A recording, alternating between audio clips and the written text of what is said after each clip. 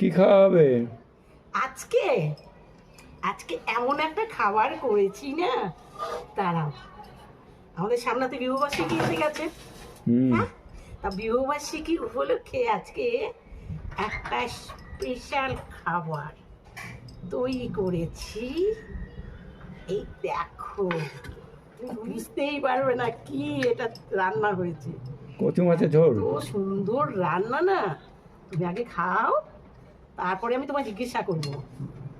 দেখো, এনে আগে আমি সুন্দর করে সাজিয়ে নিই। দারুণ হয়েছে জানো তো। ওটা মনে হয় কচুর মাছ। দেখো, দেখতে হবে এটা কি রেসিপি। ঠিক আছে, দেখছি তো এবার তাই। আসছে এই দেখো। আরে বাবা, এই যে মনে হচ্ছে ইলিশ মাছ। হ্যাঁ হ্যাঁ, ইলিশ মাছ করেছি গো বিবাহবার্ষিকী আরে উপলক্ষে। বাপরে বাপ। তোমাকে একটা নতুন রান্না খাওয়াচ্ছি। এই দেখো, একটা নতুন রান্না। মাছটা কবে আনলে? আরে মাছটা ফ্রিজে এনে তুমি রেখেছিলে, তোমার মনে নেই? আমি ওখান থেকে সরিয়ে রেখেছিলাম কিছুটা মাছ। সেই মাছটাতে আমি এই রেসিপিটা করবো বলেই সরিয়েছিলাম, বুঝতে পারলে? তাড়াহুড়ো তুলে কিন্তু মাছ ভেঙে যাচ্ছে। অত কথা বলে ওখানে দেখো কিসের ঢাক বাজছে জানি না। আমার ভিডিওতে ঢাক চলে আসছে বন্ধুরা, জানো তো। দারুণ একটা রেসিপি গো। দেখো, এই হলো ইলিশ মাছ। এবার এখান দিয়ে আমি কচুগুলো সাজিয়ে দিচ্ছি। একটা নতুন রেসিপি।